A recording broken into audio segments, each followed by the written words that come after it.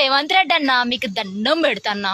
ఏదైనా సరే ఇండియాలో ఫ్రీగా వస్తే ఫినాయిల్ తాగే మేము లేడీస్ మేమే చెప్తున్నాం. ఏమనంటే కరెంటు ఫ్రీ తీసేయి, బస్సు ఫ్రీ తీసేయి. బస్సు ఎక్కుదామని ఎక్కితే బస్సులో పొట్టు పొట్టు కొడుతుండ్రు తెలుసా. మనుగూరు పోవాల్సినోడు కొత్తగూడెం బస్ ఎక్కుతుండు, కొత్తగూడెం పోవాల్సినోడు మనుగూరు బస్ ఎక్కుతుండు. ఏంటిరా ఈ అగాత్యం అంటే ఇది బస్సు ఫ్రీ అని చెప్పి యాడంటే ఆడ ఆపుతుండ్రు. ఒకవేళ బస్సే ఎక్కినాం, అక్కడ ఒక అందమైన అబ్బాయి ఉన్నాడు, ఆయన ముందు ఆధార్ కార్డు తీసి ఇస్తే ఆధార్ కార్డులో ఫోటో చూస్తుండ్రు.